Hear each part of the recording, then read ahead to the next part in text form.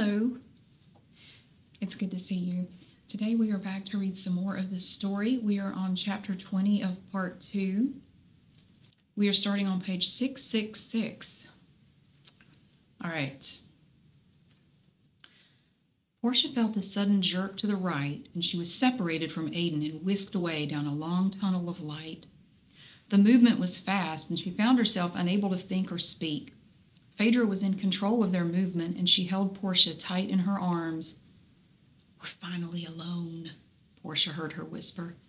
"Really alone. It's been a long time." Portia couldn't move or make a sound. She felt like her body was wrapped up tight like a mummy. They continued moving through the tunnel. "Lucifer blocked some memories," Phaedra said. "He must have. There's no way you'd be carrying on like this if he hadn't." Portia saw a large landscape approaching at a frightening speed. She closed her eyes and braced for impact, but nothing happened. Their movement slowed down, then gradually came to a halt. Portia opened her eyes and was surprised to find herself standing upright, not bound by anything, and facing Phaedra. "Look around," Phaedra said. "Do you know where we are?" Portia slowly nodded. "Say it." "Galiate," Portia whispered. "We used to come here together," Phaedra said. "Aiden and me. That was before you came along. Everything..." She looked around for a moment, and Portia followed her gaze. "Everything was different before you. You know that. You just can't remember it right now. But why should I suffer alone?" Phaedra moved toward Portia and kicked her in the stomach, causing her to fall backward down to the ground. She curled up in a ball and cried out for Aiden. Phaedra started slowly walking around her in circles. She glared down at Portia, who was still curled up and hugging herself. "It was you," Phaedra said. "It was you." Portia's eyes opened wide, and she stopped moving. "Can you see it now?" Portia asked, still circling her. "Are you starting to remember?" Portia tried to get up and move away, but Phaedra grabbed her hands, and her body went limp. Her eyes were still open wide, and she stared straight ahead as if she were looking at something. Phaedra picked up Portia's body and slung it over her shoulder. She carried her to a nearby building, which had a large set of double doors in the front. She opened the doors slowly, one at a time, holding onto Portia's limp body. "You sit with those thoughts for a while," Phaedra said. "We'll let them marinate." She moved toward a large oval object that floated just above the ground. With a wave of her hand, an unseen door on the front of the object opened, and she dumped Portia's body inside. The door closed slowly after Phaedra pulled her hands out. The floating capsule had a milky color, and Phaedra could see Portia's face through the wall. Her eyes were still wide. She looked up at Phaedra in horror. Chapter 21. Aiden looked all around the place where he stood, up and down the hallway and in the janitor's closet. "She's gone," he thought. "They're gone." After one last glance at Forrest's disfigured body, crumpled on the floor like a discarded costume, Aiden vanished too. He reappeared at Claire's desk, where he found her reading one of her new books of Kathy cartoons.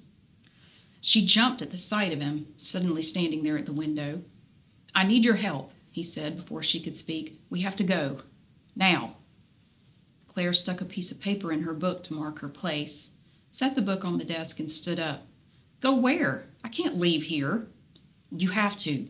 I need your help." "Is it Portia?" "She took her. I couldn't stop it." Claire shook her head.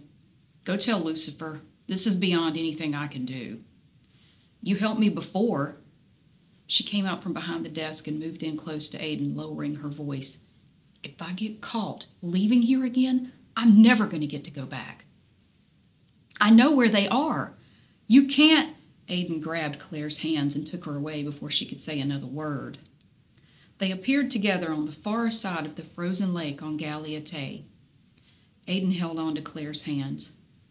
"Don't let go," he said. Claire looked around. "This is a horrible idea," she said. "Take me back." Come on, this won't take long.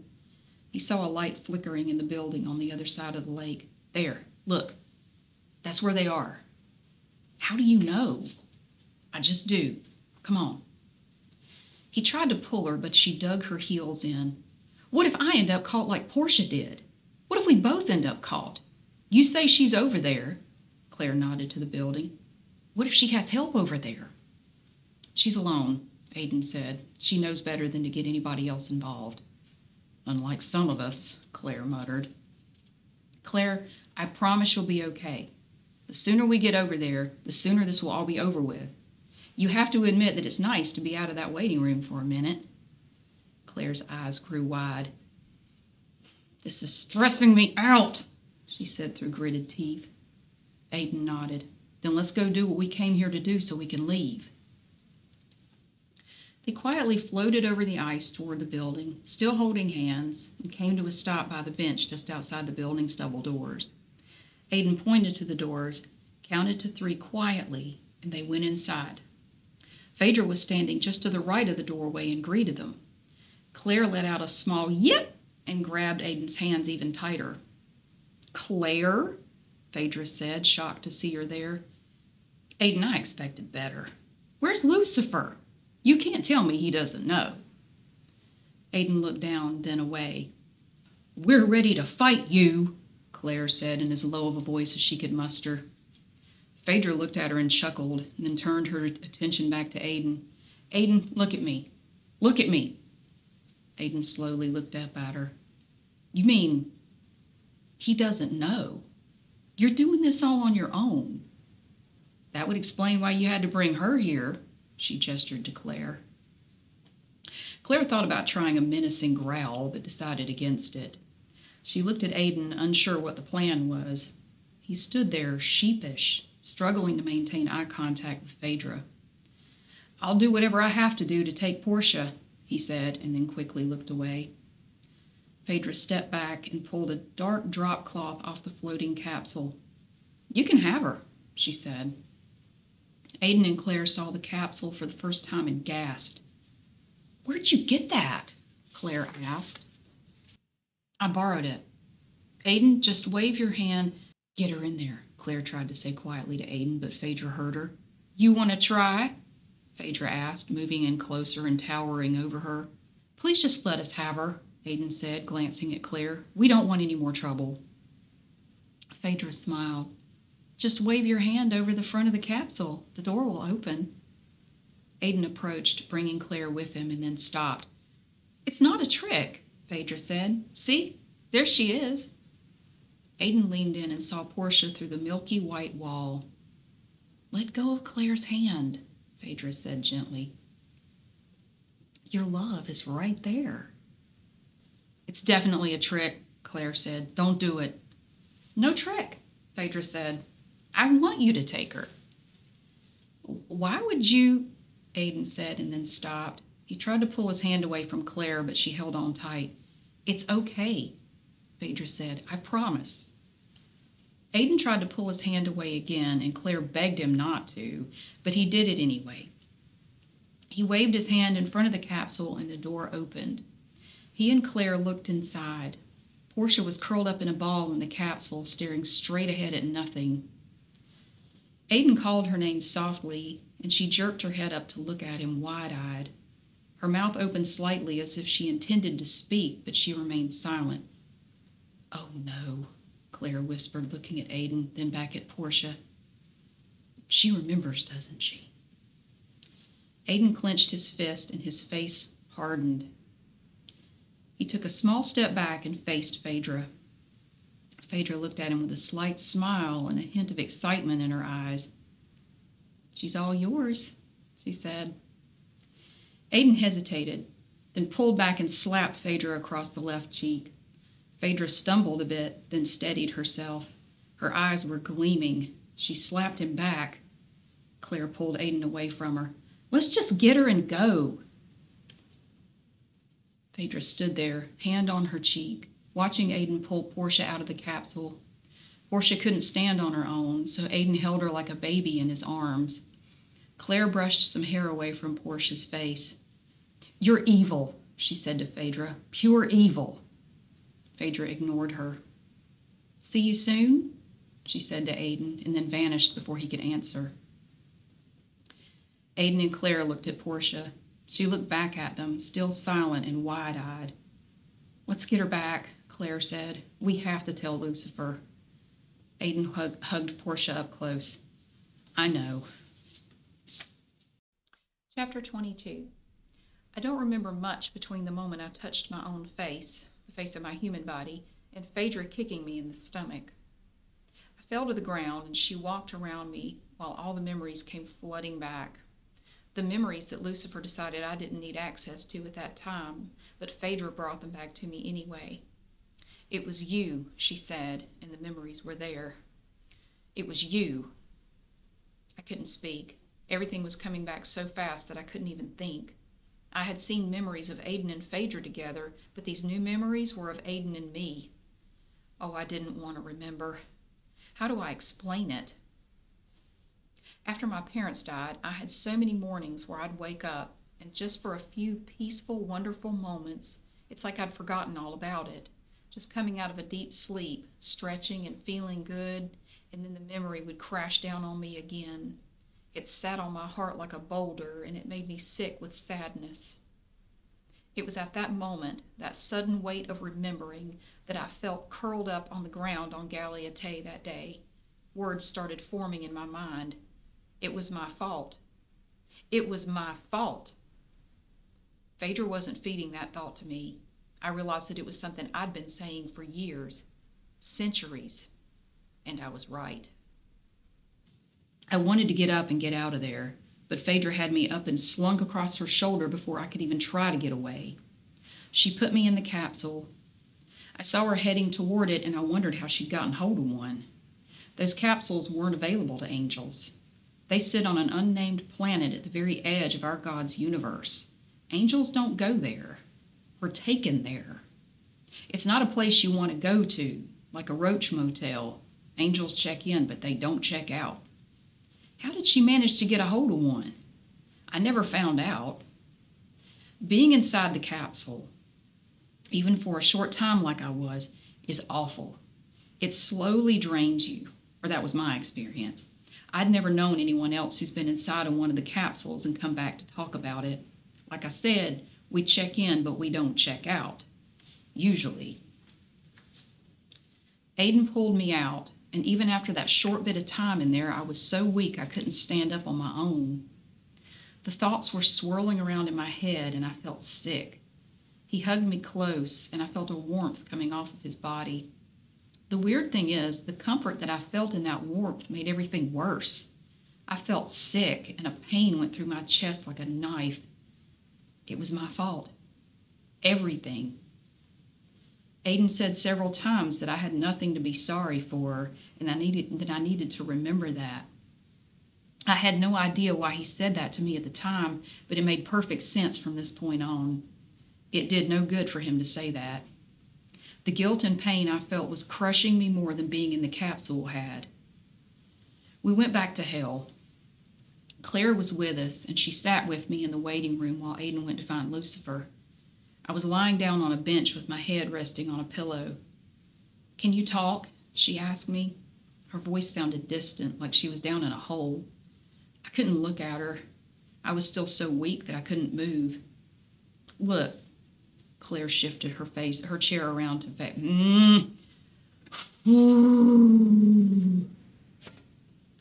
"Look," Claire shifted around her chair to face me.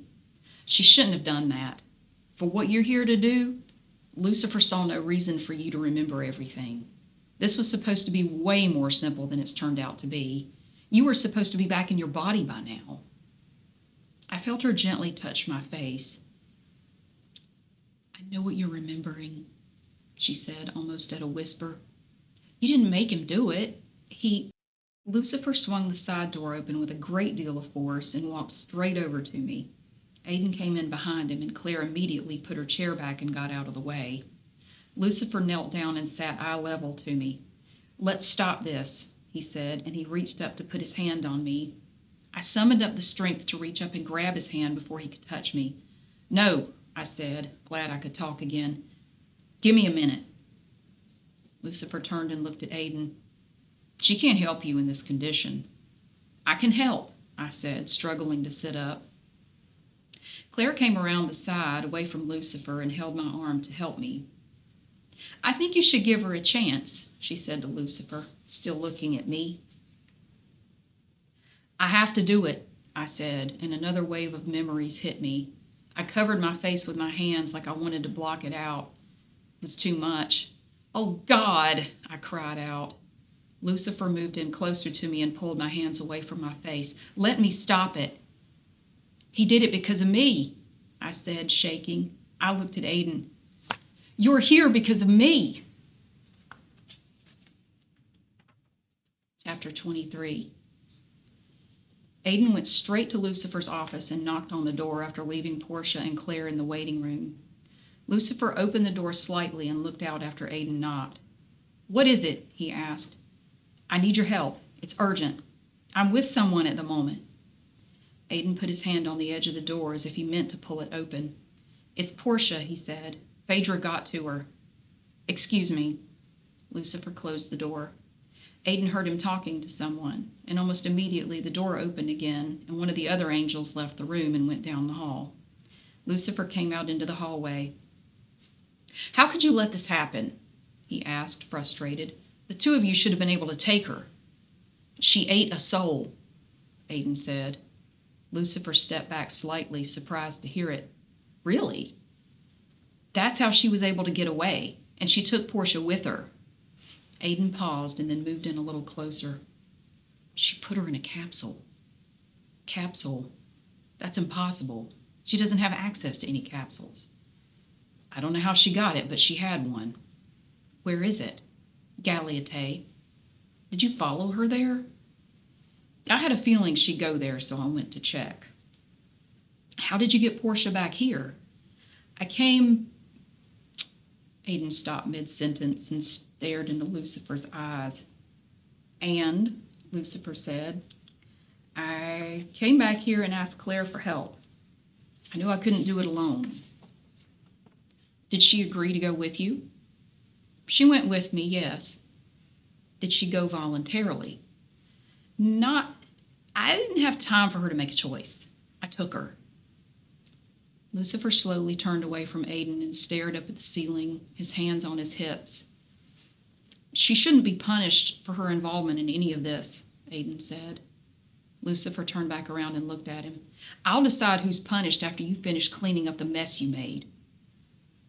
Aiden suddenly remembered the scene left behind on Earth when Phaedra disappeared and took Portia with her. The body, he whispered. What body? Portia's human body was left exposed. I had to leave before... You have to go back and take care of that first, Aiden said. And the soul? What about that body? It's exposed too. Aiden looked uncomfortable. I left a mess. This is unacceptable.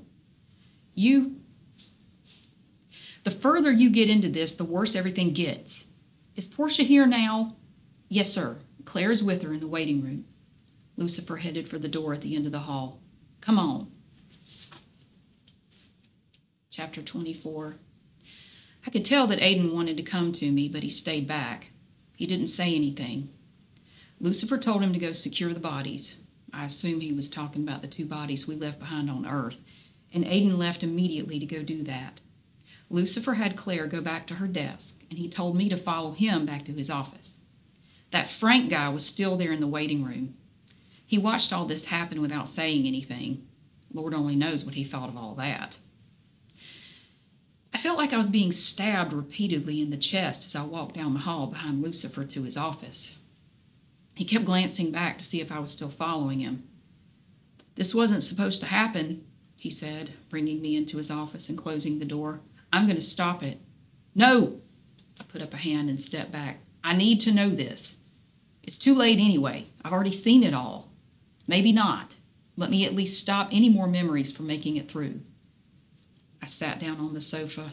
There can't possibly be any more. He sat down beside me and took my hand.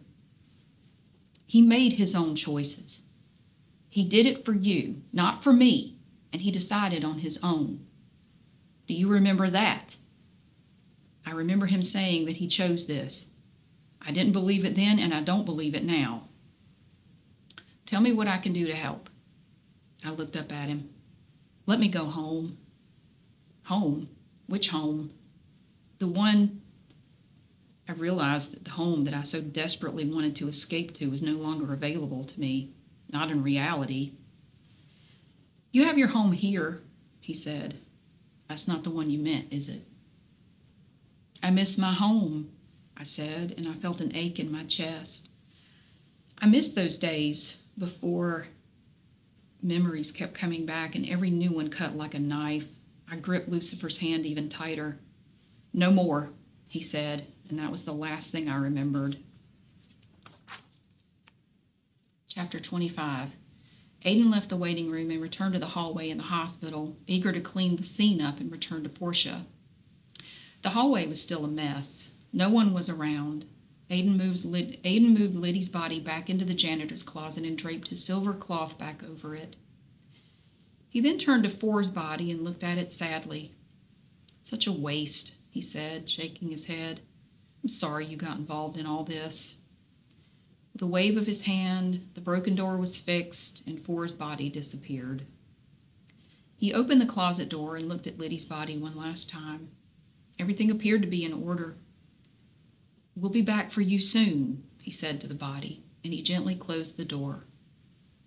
He blew a puff of air on the doorknob, and once again it changed back into a blob. No one would be able to open it without considerable trouble, and Aiden hoped it would keep people out until the body could be moved one final time. Aiden returned to the waiting room and saw Claire looking through a stack of papers at her desk. She's back there in his office, she said to Aiden before he could ask. She didn't want the memories to stop. Aiden looked at her concerned. Surely he wouldn't allow it. He can make her forget. She was pretty adamant that she didn't want to forget. You might want to get on back there.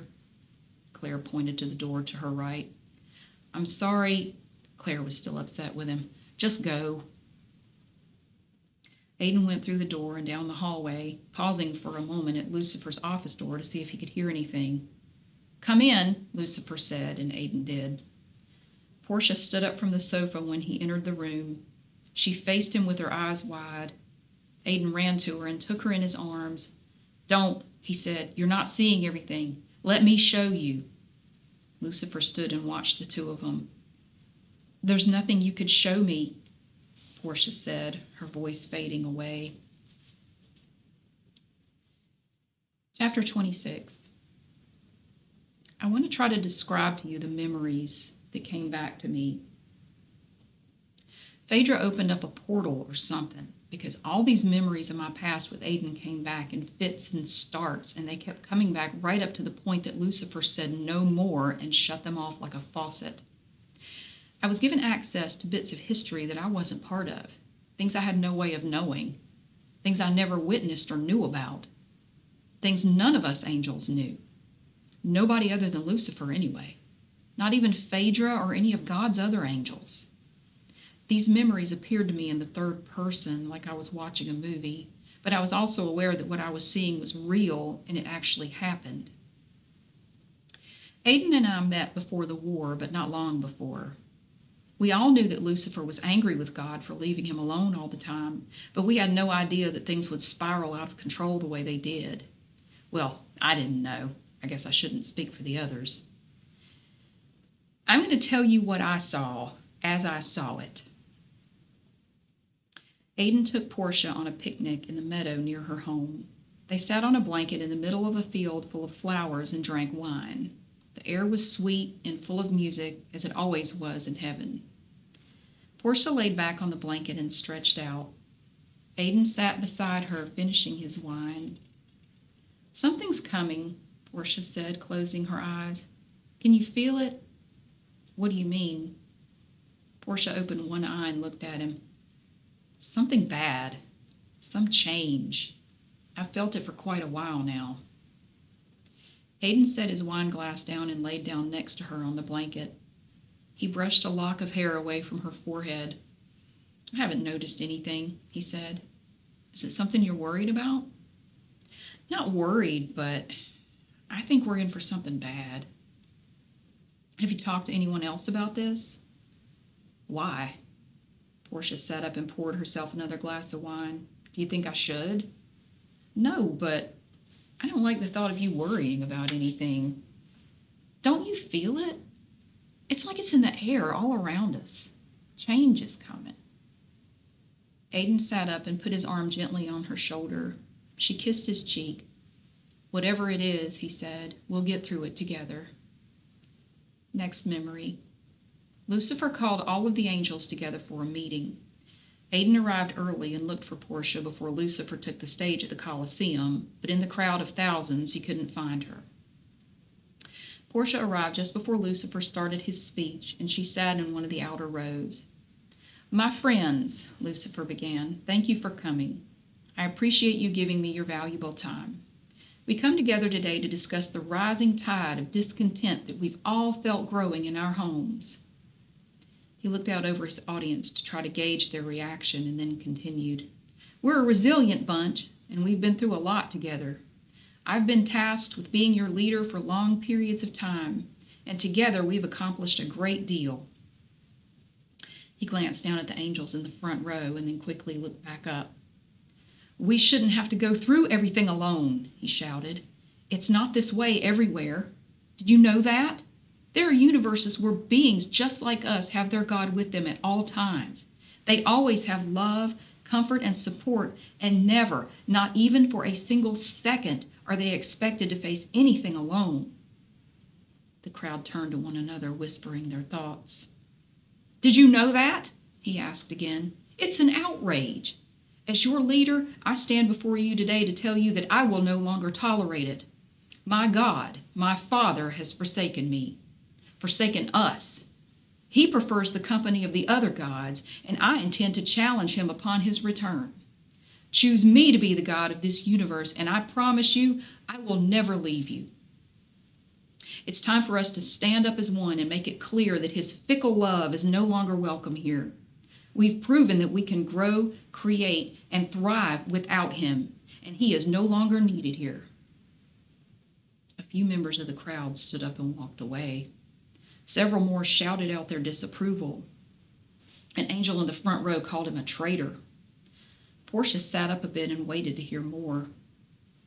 Aiden sat in his seat, looking down at the Colosseum floor and shaking his head. Lucifer slowly walked across the stage. It's not easy, he said more softly. I've never known what it's like to have normal lives like all of you. Almost since the day I was created, I've been left to handle things on my own. He looked out at the crowd, almost as if he just remembered they were there, and raised his voice so they could hear him better. You are what you are because of me. God has the spark of divinity, that's true, but the ideas, the shape, the form, the composition of everything and everyone here, that was me. I made you what you are. I painted the things that became real. The creation phase is over. It's time to own and guide the future in the way that we see fit. The hour of God's return is unknown, as it always is. I, for one, am tired of never knowing how long I'll have to be without him. Over and over again, we've been left this way. No more. I ask you to join me. Together, we can put an end to this. An angel near the right side of the stage muttered that Lucifer should just try talking to God. Lucifer whirled around and glared at him, furious. Don't you think I've tried that? He shouted, then looked back out at the crowd. I should just try talking to God, he says. I've talked to God. I've begged him to stay. I've been more humble, more obedient, thinking it would make a difference. Lucifer paused and then turned back to the angel who made the comment. He still left. He always leaves me. The pain and frustration in his voice was palpable. More angels nodded in agreement. That's right, a few of them said. Portia stood up, her face twisted with concern. She wanted to run up there and hug him. Leaves us, Lucifer said a bit more calmly. We welcome him home with parties, celebrations, and what does it matter? What changes? He stood there on stage for a moment, staring out in the direction of the crowd. Aiden looked back and finally saw Portia. She had her hands clasped together at her chest, and the look on her face told him everything he needed to know at that moment. He slowly turned back to face the front. "We have paradise," he whispered, keeping an eye on Lucifer. "Paradise." Lucifer continued, "For those of you who are tired of this, those of you who are ready to take charge of your destiny, I humbly ask you to follow me. Meet me tonight in the town square at sundown. We'll come together and plan our new way forward. Thank you."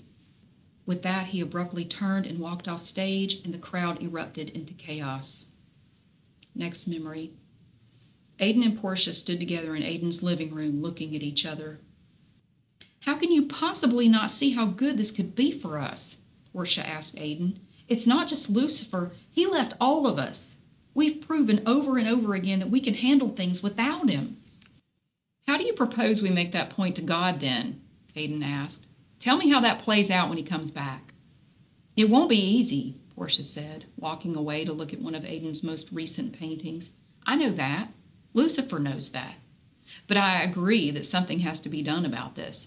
No better time than the present." Aiden walked over to Portia and looked her in the eye. He held her gaze for a moment. "You want to declare war on God. Is that where this takes us?" He paused and then added, "I can't think of a single scenario where a positive outcome would come about from that. It's impossible." "Impossible?"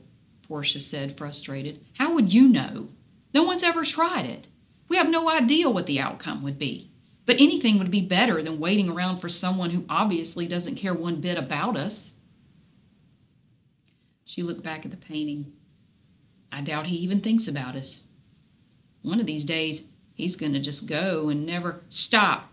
Don't say it. He always comes back." Portia reached up and gently touched Aiden's face. "You have the same fear that we all have." "What fear?" "That he won't come back. We'll truly be all alone. Maybe we already are." Aiden took her hand in his, but he looked away. "I wish we'd been together during the speech," he said. "We could have cleared all this up then." "Cleared it up? You think what? I'm just confused and need you to help me understand something?" "Lucifer made his point," Aiden said. "I just have to wonder, is he concerned about everyone else's future or just his own? We would all benefit if we had a leader who was always here for us, so really does it matter?" Aiden's face hardened. "It matters if he takes us all down with him." Portia backed away. "You don't see things the way they really are, or the way they could be." She headed for the front door and then turned back to face Aiden before leaving.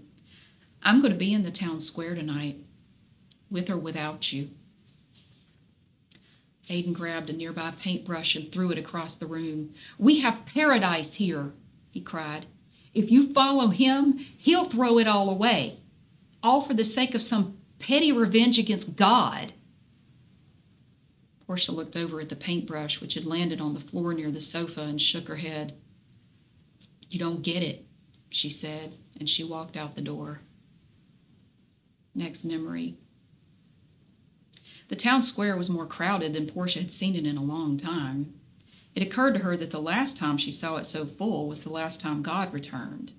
His departures were usually sudden, with little or no warning, and his returns were always cause for celebration after word got out that he had come back. Lucifer was responsible for spreading the word, but Portia had noticed that his last few announcements had a different tone. He was more terse, and he didn't sound happy at all. The angels milled about, discussing Lucifer's speech earlier in the day and the way they felt about the need for a change. Portia talked to a few of them, but spent most of her time looking for Aiden. She finally saw him approaching, coming from the area near the skating rink. He looked out at the ice and stopped, fixated on the rink. Portia moved in closer and called out his name, but he didn't respond. She walked up and touched his shoulder. "I'm glad you came," she said. This is where I first saw you, he said, gripping her hand and still looking out at the ice. The first time. Right here? Portia followed his gaze. I thought you first saw me when I was at work. I found out where you worked after seeing you here. Oh, that's kind of... You can't do this, he said, turning to her. You know he won't win. You have to know that. God would never allow it. What are you so afraid of? You give God too much credit. Chances are he'll just give up without a fight. Did you ever think about that? We could control our destiny. Isn't it worth giving Lucifer a chance? You're giving him everything. There's no turning back. Phaedra approached from a nearby group. He's right, she said, looking at Portia. You can't defeat God. It's just that simple. It's nice to daydream about the way things ought to be, but eventually you have to come... Portia pulled her hand away from Aiden's grip and glared at him. You brought her here to try to change my mind? No! Aiden turned to Phaedra to tell her to leave, but Portia stormed off before he could say a word. He found her a short time later, just as Lucifer started his speech.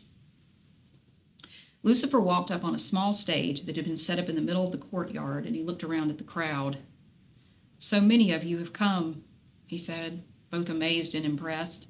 I wasn't sure how many would be here. He paused for a moment, laughed softly, and then said, I could have ended up making a speech to no one. Aiden came to Portia's side. Let's go somewhere to talk, he whispered. Portia shook her head. I want to hear what he has to say. It's our future, Lucifer shouted. Portia jumped a little. The sudden volume in his voice startled her. We can have a future together, a future that we control and we enjoy. Why should we stunt ourselves? Why should we languish here, waiting for God to come back, just to turn around and leave again? A large part of the audience voiced their support.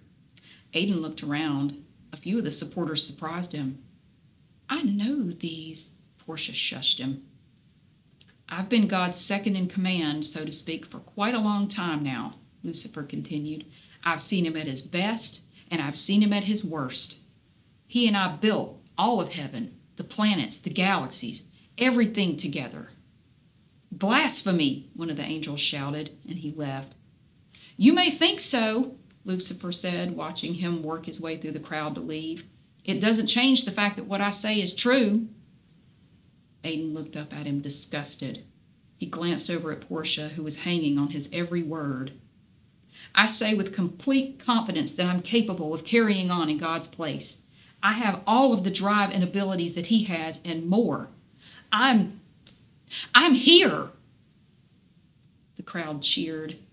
Aiden looked around at everyone and then turned to face Lucifer. You're proposing a war, Aiden shouted. Ultimately, that's where you'll leave those who choose to follow you. Lucifer looked down at Aiden. Now, my brother, you'll drag them down with you, please, and you know it. Portia grabbed his arm. Stop it. No, let him speak, Lucifer said. I want to hear from everyone. Aiden, please continue. God abandoned you, Aiden said. Lucifer looked at him surprised. He abandoned all of us. But that's not what you're willing to go to war for. You'll risk losing everything because he's not here for you. At least be honest about it. We all have to deal with this, Lucifer said, addressing the crowd. Aiden is correct. God did abandon me, but that's also true for everyone else here. I've come here today, and I've invited all of you here to ask you to join me. We're going to ask for our independence. Lucifer stepped forward slightly, glancing down at Aiden for a moment, and then back at the crowd. I'm asking you, if needed, to fight for it. People in the crowd exchanged words quietly for a moment. Lucifer gave them some time. Another angel joined Lucifer on stage and addressed him. Once God returns and you declare this, the angel said, there's no turning back. He looked out at the crowd. God's not going to take too kindly to this. He shook his head. This is foolish. I'm not. He walked back down the stairs and left the area. Quite a few of the others followed him. I understand your decision, Lucifer called out after them. I've struggled with it myself. But after all this time, I've finally come to realize what a lot of you have known for quite a while, though you're not brave enough to say it. We're on our own. The crowd had a mixed reaction of both scoffs and gasps. We are on our own, Lucifer repeated. You don't have to like it. I certainly don't like it, but it's true. Aren't you ready for a change? Aren't you tired of this? I'm not saying it'll be easy. God may very well try to cast us all out. But what about the alternative? We just continue on forever as we've always done, waiting alone for our Creator to grace us with His presence. Aiden gave up on trying to change Lucifer's mind and turned his attention back to Portia. He frames it in a negative way, he said to her, but I love the alternative. We're here together, enjoying our lives and all the beauty that God created for us. God, not Lucifer. He took her hands and kissed her cheek. She stared at him, saying nothing. We have everything, he whispered slowly. Portia turned to face Lucifer up on stage and realized that he'd been watching them. What if you could have more than everything? He asked, looking at her. No more waiting around. No more loneliness. No more hopes that things will change one day, knowing deep down that they won't. You could be the creator of your own universe. That's not up for you to decide, one of the angels called out. Lucifer stood up tall. Who's here to tell me I can't? We're on our own. We've always been on our own. No more. Raise your voices and your swords if need be, and follow me. Portia pulled her hands out of Aiden's grip and ran up on stage. Several other angels followed her. Aiden remained frozen in his spot, struggling to comprehend what she was thinking or what he could say to change her mind. She glanced down at Aiden and then back to Lucifer. Lucifer pulled a shiny object out of a bag that he had laid off to the side up on the stage, and Aiden watched him hand it to her. She slipped it on her right wrist, and Aiden could see that it was a bracelet with 2 long strands of glittering stones attached to it. Lucifer went on to give identical bracelets to others up on stage. Portia walked back down a short time later and showed the bracelet to Aiden. She held her arm up and watched the stones sparkle and then looked over at Aiden. What do you think? She asked him. It's stunning, he said. Truly. It's beautiful. Why did you accept it? Portia lowered her arm, her smile fading. I accepted it because I'm going to fight for him. He said that everyone who follows him will get one as a token of his appreciation. Aiden felt a pain in his chest. He won't win, he said. God won't back down. You'll go to war. He looked up at Lucifer, still smiling and talking to his followers on stage. He looked back at Portia. You won't win. You'll never achieve whatever it is you think you're going to achieve. More than everything, Portia, you have to know that this is we disagree, Portia said. That's all there is to it. Don't side with him if you think it's a lost cause. It's that simple. No, it won't be that simple. This won't be resolved peacefully. There will be a war. We'll have to choose a side. Remember when you said you had a feeling that something was coming? Something bad? Portia just stood there fidgeting with her bracelet and looking at him. You mean everything to me, he said. I don't ever want this to end. And if you go ahead with this, everything we have together could be taken away. Doesn't that matter to you? It doesn't have to end, she said. Just think about it. We can...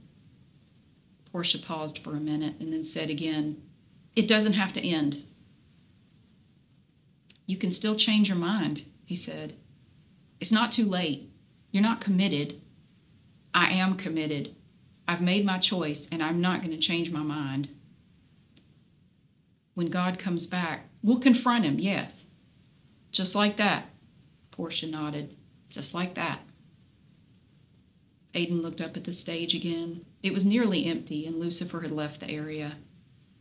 You should go on home, Portia said. We both have work in the morning. We can't leave it like this. Come stay with me tonight. We can talk. Portia leaned in to kiss him, and he swept her up in an embrace and held her tight. Don't go, he whispered into her ear. Please don't go. She kissed him on the neck and then pulled back and kissed his lips. He looked into her eyes for an answer. I'm going home, she said after a moment. Why would you do this? Aidan asked slowly before looking away. Portia turned his face back to meet hers. We deserve freedom, she said. I'm willing to fight for it. It's really that simple. We barely know each other, and we'll never get to know each other if you do this. Portia pulled away. We have no way of knowing how long we have, she said. I have a feeling it won't be long. Do you know something? No, it's just a feeling. She smiled and patted his cheek. You worry too much. Go home and rest. It's all going to be okay. Aidan watched her turn and walk away through the small groups left in the town square. He watched her until she was out of sight. Next memory. Without telling anyone, Aidan headed off the following morning through the woods, following a large, winding creek and walking fast. His mind was focused, and he went over the things he wanted to say in his mind as he made his way through the forest. His work would have to wait. He was in the middle of a large project, designing several planets in one of the outermost solar systems. It was going well, and Lucifer had seen some of his initial paintings and sketches of ideas for the surfaces of the planets. Aidan's goal this morning was far more important than any progress he could have made on any of that. The trees stood tall and blocked out most of the light, leaving a dreamlike, foggy glow on the ground beneath the treetops. Aidan looked down at the creek as he walked, seeing fish here and there, and watching frogs jump into the water as he approached. Before long, the forest opened up, the creek continued on, and then split into a Y, with grass growing on the ground all around him. A large white house stood in the fork in the creek, and Aidan crossed the wooden bridge going over the creek to get to the house.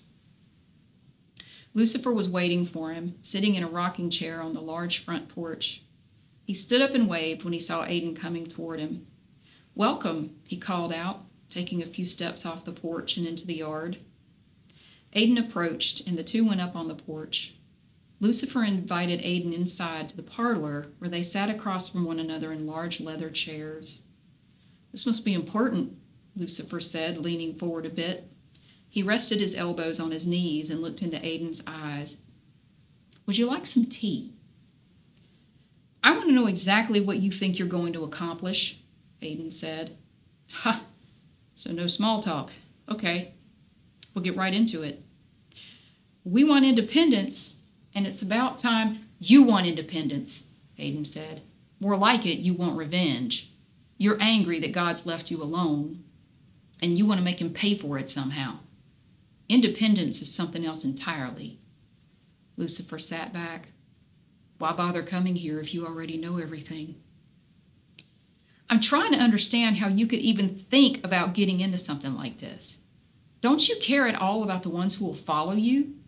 You have to know that it won't end well for you, and it certainly won't end well for them. They don't know that. But you're so much smarter than they are. I'm not smarter. I think I just see it differently. Lucifer raised an eyebrow. So you do think you're smarter. Aidan stood up and moved in closer. Work this out with God on your own. There's no need to involve anyone else. It's not going to change his mind just because you have a bunch of followers. I think it will. He'll see that I'm not alone in my desire for a better life. I just don't understand why you wouldn't want that. Or maybe I do. What do you mean? Sit back down. Aidan walked over to the window and looked out at the creek rushing by. A large heron was perched on the creek bank, staring at the water. You'll ruin everything, he said without looking back. I can't talk to you if you stay over there with your back to me. Just come back over here and sit down. Aiden looked over his shoulder at him. What sort of leader do you think you'd be? Lucifer stood up and walked over to the window. You already know what sort of leader I'd be. I've been your stand-in leader now for ages. Nothing would change, really. I'd just be in charge all the time. Aren't you happy with the way things are going? I am, and that's why I don't want you rocking the boat. Lucifer smiled a little. You've had some changes in your life recently. Would that have something to do with your concern? You don't want to risk messing any of that up? Leave her out of it. I have to say, your work has definitely improved. The colors, it's really amazing. It's a total transformation.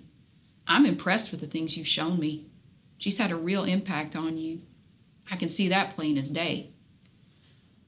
You're going up against God, Aiden said, frustrated.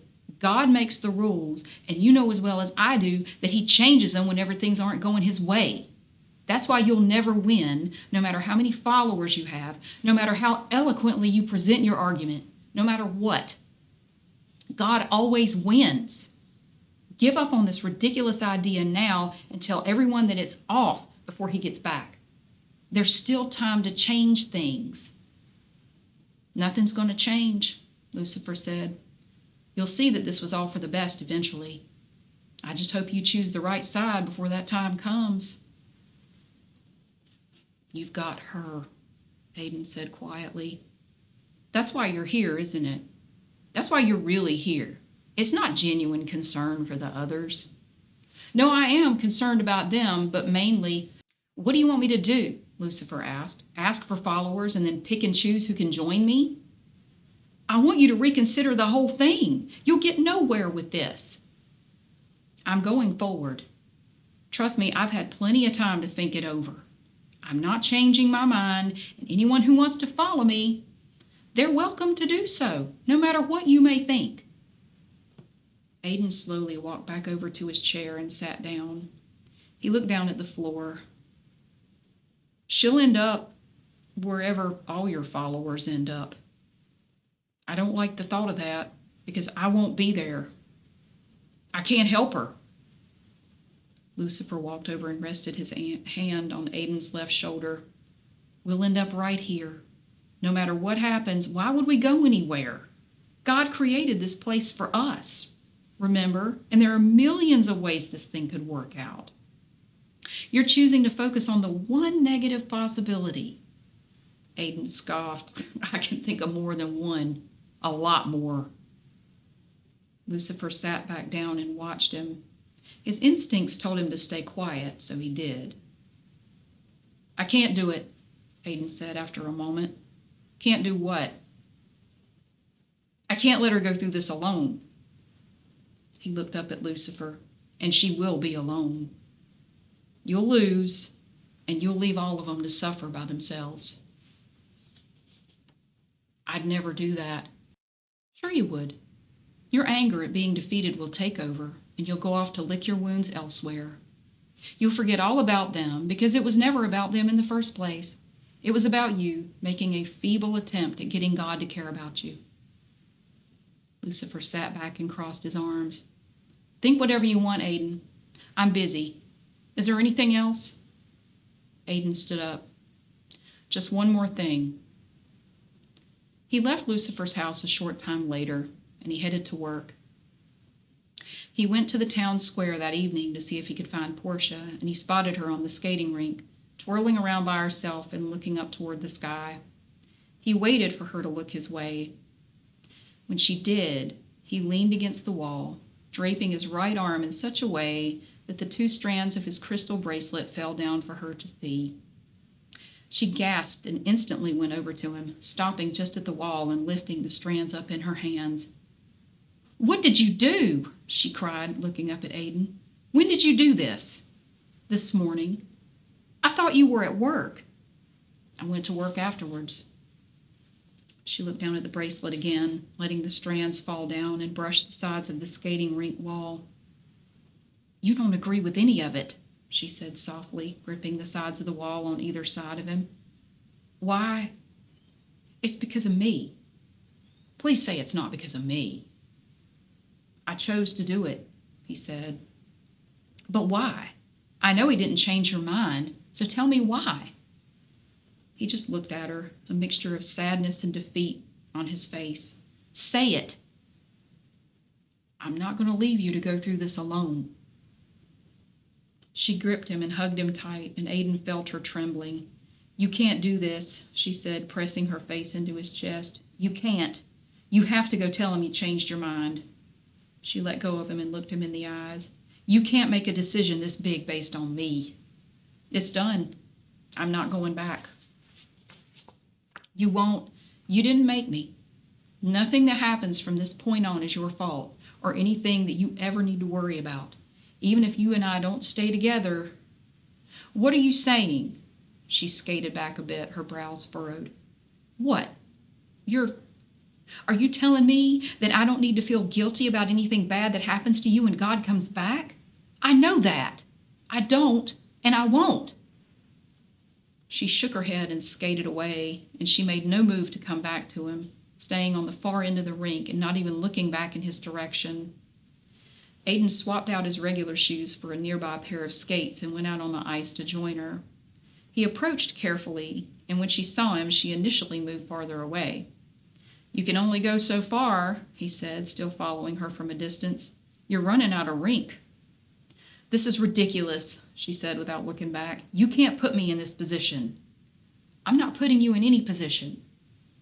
She glanced back at him and came to a stop. I did what I did because I love you, he said, moving in closer to her. Portia held out her hand, and he took it in his. You barely know me, she said. He pulled her close and kissed her. I know how I feel, and I know what I want. I want to spend eternity with you, wherever that may take me. She laughed softly. No pressure, though. He smiled. None at all. They skated for a while before Portia had to head home. Aiden made his way over to the stage that held God's throne, which sat in front of a large field flanked by mountains and marble statues. He stopped at the bottom step leading up to the throne and looked up at it.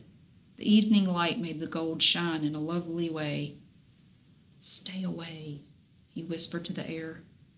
Stay wherever you are. Next memory. Just as he feared, Aiden's feeling was correct. God returned a short time later.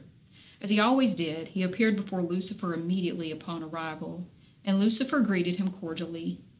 Lucifer sent out couriers to report God's return to all of the angels and invited everyone to a celebration that would take place in the gathering area around the throne that evening. The angels, both for and against Lucifer, gathered at the appointed time in front of the throne where God was seated. The crowd was mostly silent, looking back and forth between God and Lucifer while they waited for something to happen. Lucifer stood next to the throne on God's right-hand side and addressed the gathering. Tonight we celebrate, he called out, and the angels cheered. Lucifer turned to face God and stared at him while he waited for the applause to die down. We celebrate our ability to make our own decisions, he continued, holding God's gaze. We celebrate our autonomy. The smile on God's face faded and was replaced by a look of confusion. His homecoming banquets had never gone this way in the past. Lucifer turned back to the crowd. I'm asking my allies to step forward at this time. All of the angels who had sided with Lucifer made their way to the front, while those who opposed stepped back. God watched this happen, slowly realizing what had occurred while he was gone.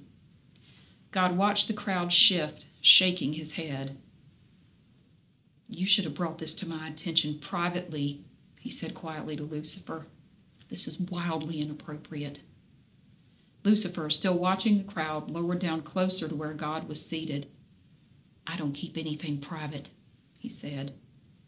God abruptly stood up and grabbed Lucifer by the arm. He dragged him away from the throne and over to a nearby gazebo. He asked everyone in the area to leave, which they did. Finish it here, God said. You should have said something to me when I first arrived. Waiting until we're all here together is not acceptable. We're tired of you leaving us alone, Lucifer said, holding his hands up. I've tried everything possible to keep you from leaving, and nothing has worked. It's time. He paused. God stood there watching him. It's time for new leadership, Lucifer said after a moment. Or rather, it's time for me to take over the role officially, because technically I've been new leadership, God shouted, shaking the gazebo floor. You handle all this. He gestured to the area around them. That's ridiculous. You're ridiculous. I'm going back to the party. We're ready to confront you officially, Lucifer said as God prepared to walk away. We'll do it tonight if we have to. God turned back to look at Lucifer, and before Lucifer could say another word, everything around them disappeared. The two of them were left alone, surrounded by an endless expanse of white nothingness. Lucifer whirled around, trying to figure out what just happened. He turned back to God, mouth hanging open in a state of shock. I knew we'd reach this point eventually, God said. Honestly, I'm surprised it didn't happen sooner. Did you just destroy everything? Lucifer said, eyes wide. Did you? No, calm down. I just wanted to make sure this was completely private. Lucifer looked all the way around again. Where is everything? Don't worry about it. Listen to me. I'm not willing to give you heaven, but it's war then, Lucifer said, gesturing with his hands in a show of resignation. Let me finish. I have a compromise to propose to you. Compromise? One galaxy, God said. You can choose, or we can create one together, just for you and your followers. It would be all yours forever, and I'll never intervene or interfere. You could have your own version of heaven within the confines of my universe to do with as you please. Lucifer put his fingers up to his lips as he imagined what God was proposing. My own galaxy. For you and your followers who wish to join you. Free and clear, God nodded. Free and clear forever, no strings attached. Who would take care of things here while you're gone? You know, it's a lot of work. I know, let me worry about that. But you can't, no, you can't buy me off. No, take me back, I want to address the crowd. God nodded. As you wish. The familiar scene of the gazebo and God's throne reappeared around them. No one seemed to notice their absence. Lucifer walked up to the raised platform that held God's throne. God remained in the gazebo, but he could hear Lucifer from where he was. Lucifer went back up on the platform and stood next to God's throne. He looked down at all of the angels in front who had chosen to follow him. It was almost 1/4 of the total population of heaven at that point. My friends, he called out, raising his arms up and holding his palms outward, the decision has been made for us. He looked over at God. They locked eyes for a moment before Lucifer continued. God has refused to bow out peacefully. There will be a battle fought for heaven and our universe. We have no other choice. The crowd erupted in shouts and cheers. Lucifer was surprised to see how many of his followers seemed happy to hear that a battle would be necessary. A few skirmishes broke out between the two sides, but were broken up by others fairly quickly. God leaned against one of the columns near the steps leading out of the gazebo and saw his creations go after one another. He looked over at Lucifer, who was watching the mayhem wide-eyed. Good, God muttered as he descended the steps and headed home. Enjoy a taste of what's to come. And we're going to stop there. We're still in the middle of a chapter, but this is an outrageously long chapter, so I'm going to have to stop there. All right. Whew. Thank you so much for watching. I hope you're enjoying the story, and we will come back again really soon and find out what happens next. Thank you so much for being here. I hope you have a great day. I'll see you again soon.